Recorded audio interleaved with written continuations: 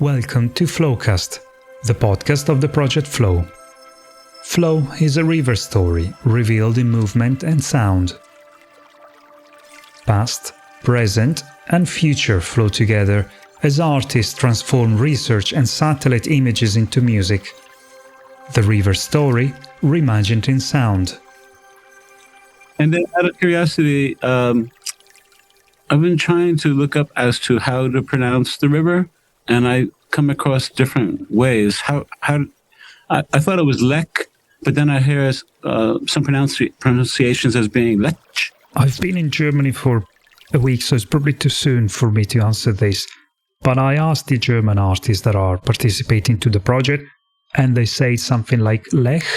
The sound is like the sound the coffee makes when it comes out of the mocha pot. That's a good way to describe it. Our guest today is Bill McKenna, who worked on the first stretch of the river. Bill, tell us something about yourself. My name is Bill McKenna, and professionally I've been pushing pictures around, for most of my career as a video editor, producer, working for an international news organization. And then I've also been a musician, but I left it to a younger man. I still, I hate to use the word, but I still dabble. I still like to make music, mostly using digital technology. My brief career many years or so ago was fronting bands, playing guitar, singing, and making a fool of myself. So what took you from rocking out on stages to more intimate projects like this one? The opportunity to work on something, to express myself in a different way is really lovely. Some of the pieces that I've done are sort of song structured, and then occasionally I'll do something that is more, I don't know how to describe it, but there's more art involved and more, I guess... Experimental? Experimental is the word, yeah. And with this one, my contribution to the Flow project, it started off as creating a song, but then I changed it slightly.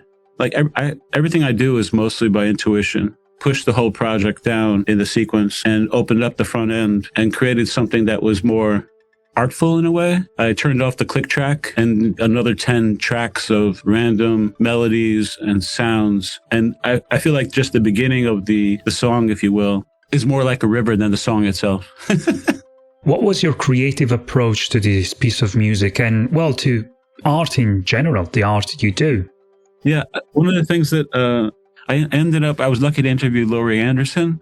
I'm not sure if it was during that interview. She says she's not a musician, she's not a painter, she's not a performer, she's a storyteller.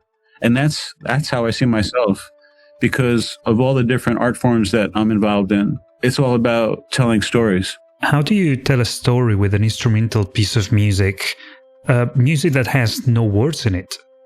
Well, you know just as well as I do that when you listen to a piece of music, different tempos, different keys, major or minor, it puts you in a place. It sends you somewhere. And then it can evolve too. And the audience tells stories themselves within their head. I'm not sure who said this, but I think it might have been Schopenhauer. I could be wrong. He said, out of all the art forms, music comes the closest to expressing the inexpressible. So I love dance. I love painting. I love literature. I love music. For some reason, for me, especially instrumental music, that comes the closest to expressing the inexpressible. And then what's funny is that even though I spent so much of my life writing songs, working on lyrics, obsessed about words, instrumental music is what I mostly listen to, and it moves me more than lyrics do. I feel like you incorporate lyrics into a song, it brings it back down to earth. So you would say that you entirely stepped away from the traditional songwriting? Well, I didn't necessarily abandon the song structure.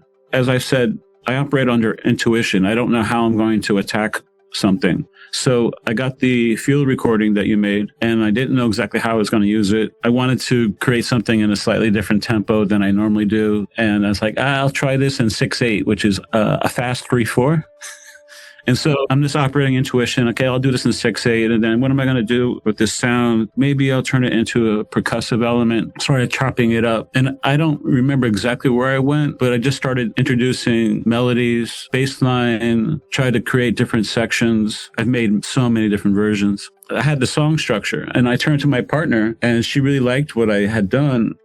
But I think she is ultimately responsible for saying, you should add something in the beginning. So I took the whole song, which is like about 3 minutes long, and then I pushed it down in the sequence and then tried to create something on the front end without a click track, without a beat, just an additional 10 tracks of music that I was interacting with, bass notes, some random high-end, mid-range, soft kind of rumble melodies. It's just all very random in the beginning, and it's really lovely. And of course, in retrospect, part of me feels like I wish I could have just done that to the whole thing. But then it segues into the song about a minute. The whole song eventually comes in. But all of that, there was no plan, as I often operate in my life, trying to be as creative as possible and doing things that are interesting to me and I hope are interesting to others. I see you also contributed to the project with 2 sound snippets. Did you use sounds that have been shared by other artists in your composition? Yeah, I was so tempted to steal some of the other sounds and combine it in mine, but I was like, am I allowed to do that? Because that's one of the things I mentioned. I thought about suggesting to you guys having the artists collaborate and share sounds. And then I was talking to my partner, who's an artist herself, and she was saying, that might be kind of complicated to explain to people and get them to come on board with it. But then it was an artist, musician, Salma is her name? Yeah. And you told me that she suggested that. I was like, oh, that's brilliant. I'm excited about this. So I ended up using one of her sounds. I haven't used anybody else's sounds. I was hoping that more artists would share more sounds. I've shared a few sounds. I'm not sure if they're worthwhile or not, but it would have been fun because of the fact that, a river flows, changes, evolves, becomes something else down the road. Since we are already geeking out about your creative workflow, I wanted to ask you if you used any particular gear to create the song that we're going to listen to in a minute.